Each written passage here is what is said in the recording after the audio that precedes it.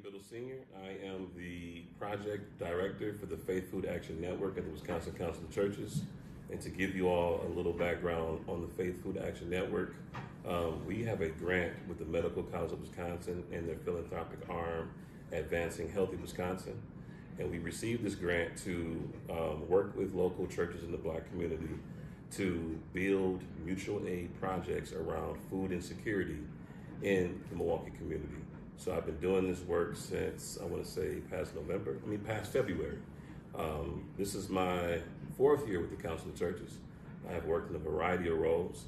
My first year or two, I was doing the COVID-19 vaccination and testing ministry. I did some state lobbying work with Breanna.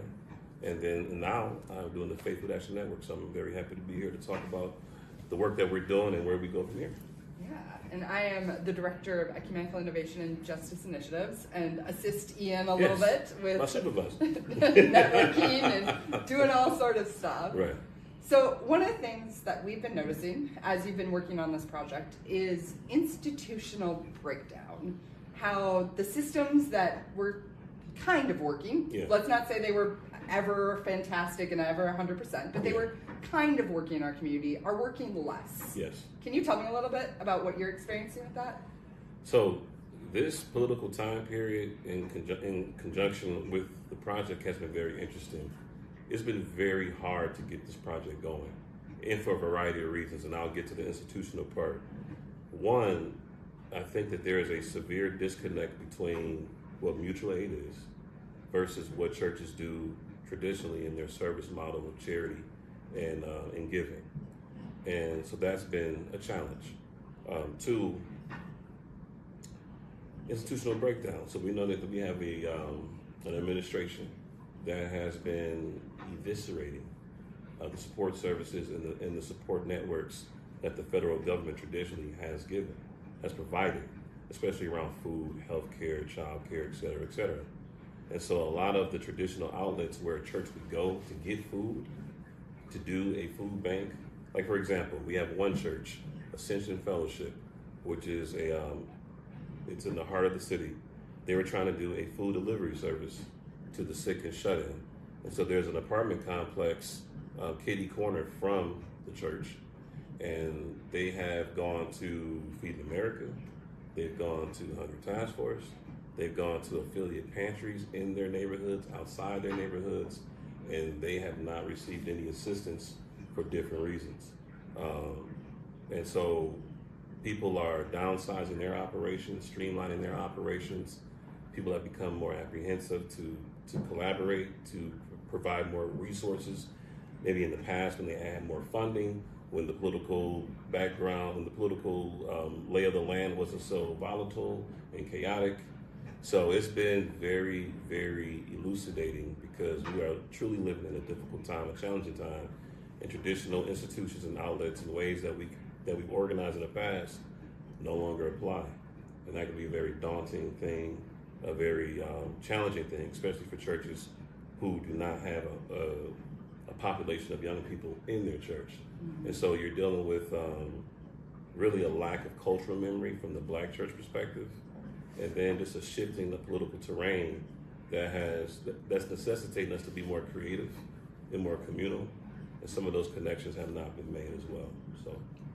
So you mentioned the cultural memory of the Black church. Yeah. Can you talk a little bit about that? Because that's one of the things we've talked about is like there is this memory and this history within the Black church of not being a part of these institutions because they weren't allowed. Yeah. And so can you talk a little bit about what that looks like? So I remember so we have 3 churches currently that have survived the tsunami of challenges, and that is Ascension Fellowship, which I just discussed, St. Mark AME, and then Albright United Methodist Church. And so one day I was meeting with St. Mark AME, and they were just talking about how in their own membership, there's a disconnect from the rich communal history of St. Mark. Now, my stepfather and his family grew up there, so I grew up there, and they had these quality of life centers on each block. There was always community. So for me, community and church has been synonymous in my faith tradition, especially with St. Mark. And I thought it was interesting that people in their own churches have lost their memory But from a cultural standpoint, African people have always had to take care of themselves because of the racial capitalist nature of America. They were shut out of institutions, shut out of the pursuit of happiness, shut out from the American dream. And so through self-determination and collective action, they grew their own food, they fed each other, they did the best that they could despite Jim Crow, all type of different laws and regulations to really keep us out and keep us oppressed. And so with the civil rights movement, they were fighting for humanity and citizenship and to assimilate and integrate into the mainstream American life. And that means to go to school with other Americans, to work with other Americans, to be able to join unions, et cetera, et cetera. And so with the advancement of civil rights and the advancement of society, a lot of that cultural memory in terms of community, in terms of solidarity, in terms of mutual aid and organizing has been lost.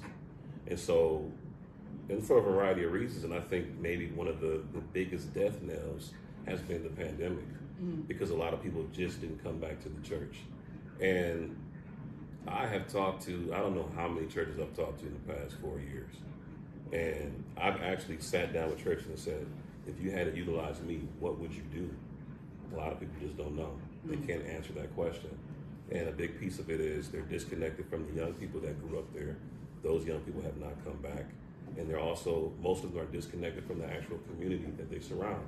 A lot of churches in our community, we don't live around them. So like people have moved away. People have moved away, so they no longer live in the immediate neighborhoods around the churches, which also creates a severe disconnect. But I think because of the advancement of society, and you know, one of the biggest aims of the civil rights movement was integration and assimilation. And so when you do that, to a certain degree, you lose a little bit of your cultural identity.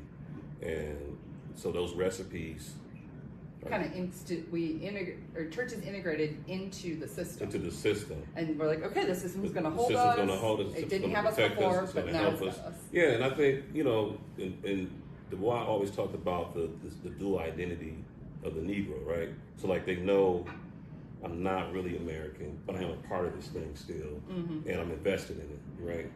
And now we really, I think Black people and all people of color are sitting here realizing we got to go back to the basics, because the political headwind saying no one's coming to help us, no one's coming to save us, and a lot of those institutional things and legislative things that we fought for during that period is gone. And so it's really, where do we go from here? So Eyon, where do we go from here? What does that look like to kind of recover that cultural memory, to kind of go back to what was, or what, maybe not, we don't want to go back to what was, but like, what do we take from that for today? So I think, you know, and what I'm excited today is that we're having a workshop this afternoon at the WCC annual conference, where we're going to have 3 lovely young women from the city of Milwaukee who are doing this type of work right now, who are growing their own food, who are documenting grocery stores leaving impoverished neighborhoods. And they're going to give a historical context of what happened even pre-colonization. And so I think a lot of times, especially for African Americans, there is the cultural memory does not extend past slavery. Like there was before colonization and imperialism, there was a time where we did these things ourselves, where we had our own communal systems to govern and take care of ourselves. And we're finding ourselves to be in that time. And I think from a WCC perspective, you and I always talk about a statewide network of churches who are like community justice centers. But now, in addition, what is a statewide network of churches who are growing their own food and supporting other churches in other cities? What would that look like? So when these things happen, whether it's cuts to federal programs, government shutdowns, we have a network of churches who are really practicing what God preached, and who are connected to one another, connected to their communities, and they're doing this work together. We got to go back to the basics. Like you said, we don't want to go back to certain things, but we need to pick up certain recipes that have been lost and use them now in the present day. Awesome. Well, thank you so much. So thank you.